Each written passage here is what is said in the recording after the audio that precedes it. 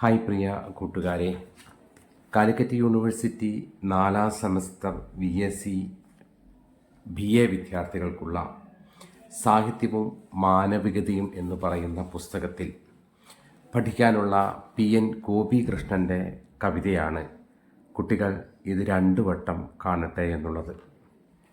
ആധുനികാനന്തര മലയാള കവിതയിൽ സ്വന്തമായിട്ടൊരു ഇടം കണ്ടെത്തിയ ശ്രദ്ധേയനായിട്ടുള്ള കവിയാണ് ഗോപികൃഷ്ണൻ. കുട്ടികളെ നാം ഒരു ചട്ടക്കൂടിൻ്റെ ഉള്ളിൽ സുരക്ഷിതരായി വളർത്തുന്ന ആധുനിക രക്ഷിതാക്കൾക്കുള്ള ഒരു മറുപടി കൂടിയാണ് ഈ കവിത. ലോകത്തിൻ്റെ പുറംമൂടികൾക്കും അപ്പുറം പരുക്കൻ യാഥാർത്ഥ്യങ്ങളും പ്രകൃതിയുടെ നൈർമല്യവും പരിചയപ്പെടുത്തി കൊടുക്കുന്ന വേറിട്ട ഒരു കവിതയാണിത്. പ്രകൃതിയും മനുഷ്യനും തമ്മിലുള്ള ബന്ധത്തിൽ വന്ന വിള്ളലുകളെയും പുതിയ തലമുറ അത് തിരുത്തി പഠിക്കേണ്ടതിൻ്റെ ആവശ്യകതയെക്കുറിച്ച് കവിത സംസാരിക്കുന്നു. കുറഞ്ഞ വരികളേ ഉള്ളൂ എങ്കിലും ഗഹനമായി നമ്മളെ ചിന്തിപ്പിക്കാൻ പ്രേരിപ്പിക്കുന്ന ഒരു കവിത കൂടിയാണിത്. ആ കവിത ഇങ്ങനെയാണ് തുടങ്ങുന്നത്. നാം മുഖം തിരിച്ച പുഴകളെ, നാം കുടമറച്ച മഴകളെ, നാം ചവിട്ടിക്കൂട്ടിയ മലകളെ കുട്ടികൾ 2 വട്ടം കാണട്ടെ. അതിൽ ശ്രദ്ധിക്കേണ്ട ഒരു കാര്യമുണ്ട്, 1 വട്ടമല്ല, കുട്ടികൾ 2 വട്ടം കാണട്ടെ എന്നുള്ളത്. നാം മുഖം തിരിച്ച പുഴകളെ. ഒരു കാലത്ത് മനുഷ്യൻ്റെ ജീവനാഡിയായിരുന്ന പുഴകൾ ഇന്ന് മാലിന്യം തള്ളാനുള്ള ഇടങ്ങളായി മാറ്റപ്പെടുമ്പോഴും പുഴയുടെ നാശം നാം കണ്ടില്ലെന്ന് നടിക്കുമ്പോഴും വറ്റി വരണ്ട് ഉണങ്ങി മലിനമായി പോകുമ്പോഴും നാം ഇതൊന്നും കണ്ടില്ലെന്ന് നടിക്കുന്നു. നാം എന്തു ചെയ്യുന്നു? ഈ പുഴകളുടെ നേരം മുഖം മറച്ചു പിടിച്ചിരിക്കുന്നു. നാം കുടമറച്ച മഴകളെ എങ്ങനെയാണ് ആസ്വദിക്കാൻ? നമ്മൾ മഴയെ ആസ്വദിക്കുന്നില്ല.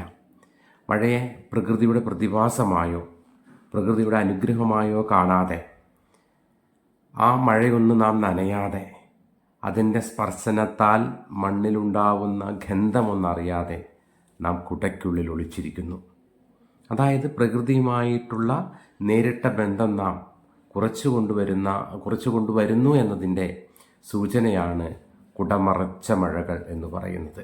മഴ നനയാതെ, നാം മഴയെ ആസ്വദിക്കാതെ നാം ഒരു കുടയ്ക്കുള്ളിലേക്ക്, അത് വീടാവാം, കുടയാവാം, സുരക്ഷിതമായൊരിടമാവാം, അവിടേക്ക് നാം ഒതുങ്ങിക്കൂടുന്നു.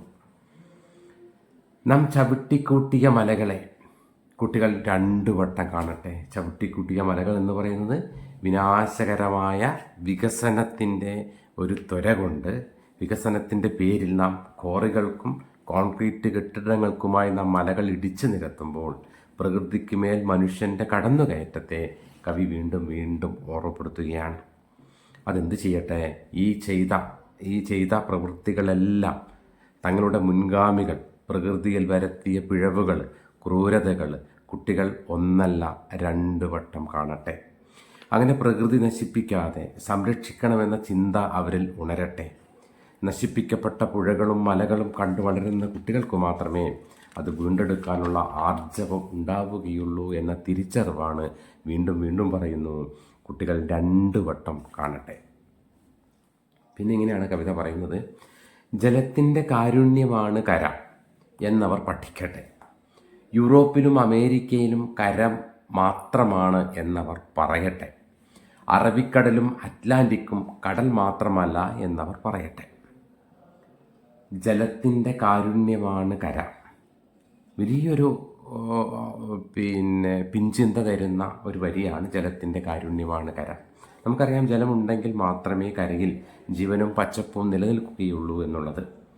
പുഴയും കടലും കനിയുമ്പോഴാണ് കരയിൽ മനുഷ്യന് താമസിക്കാൻ കഴിയുകയുള്ളൂ എന്നൊരു തിരിച്ചറിവും, ജലചൂഷണം നിമിത്തം കര വെറും മരുഭൂമിയായി മാറുമെന്നുള്ള ഒരു തിരിച്ചറിവും, കരയുടെ നിലനിൽപ്പ് തന്നെ ജലത്തിൻ്റെ കാരുണ്യത്തിലാണ് എന്നും കവി വീണ്ടും വീണ്ടും ഓർമ്മപ്പെടുത്താനാണ് ജലത്തിൻ്റെ കാരുണ്യമാണ് കര എന്ന് പറയുന്നത്. പിന്നീട് പറയുന്നുണ്ട്, യൂറോപ്പും അമേരിക്കയും കര മാത്രമാണ്. കവി യൂറോപ്പിനെയും അമേരിക്കയും ആധുനിക വികസനത്തിൻ്റെയും മുതലാളിത്തത്തിൻ്റെ പ്രതീകങ്ങളുമായിട്ടാണ് കവിതയിലേക്ക് കൊണ്ടുവരുന്നത്. വികസിത രാജ്യങ്ങൾ പ്രകൃതിയെ വരും കരയാക്കി മാറ്റുന്നു. അതായത് കര എന്നുള്ളത് കീഴടക്കാനുള്ള മണ്ണായി മാത്രം കാണുന്നു എന്ന് സൂചന. അവർക്ക് പ്രകൃതി എന്നുള്ളത് പണമുണ്ടാക്കാനുള്ള ഒരു ഉപകരണം മാത്രമായി തീരുന്നു എന്ന് നാം മനസ്സിലാക്കണമെന്ന് കൂടി പറയുന്നു.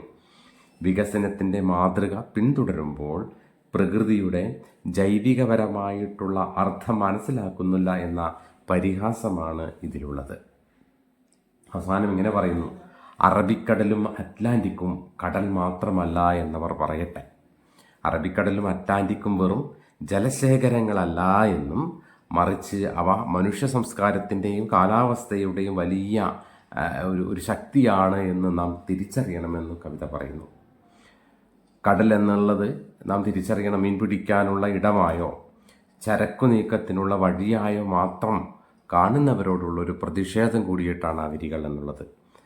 പ്രകൃതിയിലുണ്ടാവുന്ന ഓരോ ഘടകത്തിനും അതിൻ്റേതായ ആത്മാവുണ്ടെന്നും അത് കേവലം ഭൗതിക വസ്തുക്കൾ മാത്രമല്ല എന്നും അവർ പഠിക്കട്ടെ എന്ന് കവിത പറയുന്നുണ്ട്. ഈ കവിതയിൽ ഇടയ്ക്കിടയ്ക്ക് പഠിക്കട്ടെ, പറയട്ടെ, കാണട്ടെ എന്നൊക്കെ പറയുന്നുണ്ട്. എന്നൊക്കെയുള്ള പ്രയോഗത്തിലൂടെ കവി ഒരുതരം താക്കീതാണ് നൽകുന്നത് എന്നുള്ളത് കൂടി നാം മനസ്സിലാക്കണം. പ്രകൃതിയെ അവഗണിക്കുന്നവരുടെ അറിവ് അപൂർണമാണ് എന്നും അവർ യഥാർത്ഥ പാഠങ്ങൾ പഠിക്കേണ്ടിയിരിക്കുന്നു എന്നുമുള്ള വലിയ ഒരു ദർശനത്തിലേക്കാണ് ഈ കവിത നമ്മളെ നടത്തിക്കൊണ്ടു പോകുന്നത് എന്ന് നാം മനസ്സിലാക്കുക. Okay, thank you.